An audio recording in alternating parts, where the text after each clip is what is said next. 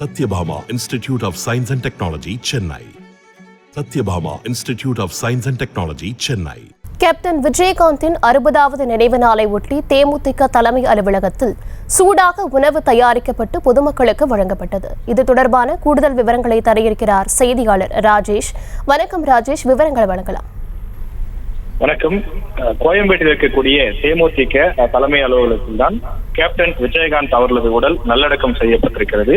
அவரது உடல், அதாவது அவர் இறந்து 60 நாட்கள் கடந்திருக்கக்கூடிய நிலையில இன்று அந்த இடத்தில் அஞ்சலி செலுத்திய அந்த ஏராளமான பொதுமக்களுக்கு சுட சுட உணவு தயாரிக்கப்பட்டு அவர்களுக்கு பிரேமலதா விஜயகாந்த் அவர்களே பரிமாறினார்.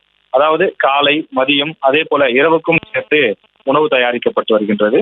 விஜயகாந்த் அவர்களுடைய அந்த நினைவிடத்தை பொறுத்தவரையிலே அவர் கடந்த டிசம்பர் 26 இந்த உலகை விட்டு மறைந்திருந்தாலும் கூட அன்றைய தினம் மட்டுமில்லாமல் அதனை தொடர்ந்து 60 நாட்கள் கடந்துவிட்ட நிலையிலும் தினசரி நூற்றுக்கணக்கான நபர்கள், குறிப்பாக சனி ஞாயிறு என்றால் ஆயிரக்கணக்கான பொதுமக்கள் பல்வேறு மாவட்டங்கள், குறிப்பாக கன்னியாகுமரி, விழுப்புரம், கரூர் உள்ளிட்ட பல மாவட்டங்களிலிருந்து விஜயகாந்த் அவர்களுடைய அந்த நினைவிடத்திலே அஞ்சலி செலுத்தி வருகின்றார்கள். எனவே பல கிலோமீட்டர் தூரங்களிலிருந்தும் பல்வேறு மாவட்டங்களிலிருந்தும் அஞ்சலி செலுத்தக்கூடிய அந்த பொதுமக்களுக்காகவும் விஜயகாந்த் அவர்களுடைய ரசிகர்களுக்காகவும் தேமுதிக சார்பில் தினசரி உணவு ஏற்பாடு செய்யப்பட்டு வழங்கப்பட்டு வருகின்றது. அந்த வகையில் இன்றைய தினம் அந்த 60வது நாளாக இருக்கக்கூடிய நிலையில அனைவருக்கும் பிரேமலதா விஜயகாந்த் அவர்களே அந்த உணவை பரிமாறி அவர்களிடம் அந்த நலன் விசாரித்தார். எங்கிருந்து வருகிறீர்கள், கேப்டன் என்றால் உங்களுக்கு ரொம்ப பிடிக்குமா என்றெல்லாம் சொல்லி அவரிடம் கேட்டு நலன் விசாரித்தார். விஜயகாந்த் அவர்களுடைய நினைவிடத்திலே மலர் தூவி பலரும் மரியாதை செலுத்தி அங்கே கொடுத்த அந்த உணவையும் அருந்துவிட்டு செல்லக்கூடிய காட்சியை பார்க்க முடிந்தது.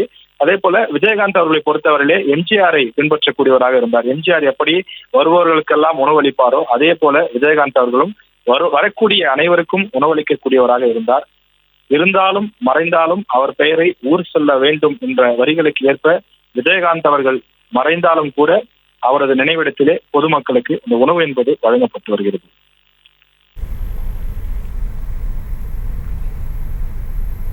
விவரங்களுக்கு நன்றி ராஜேஷ்.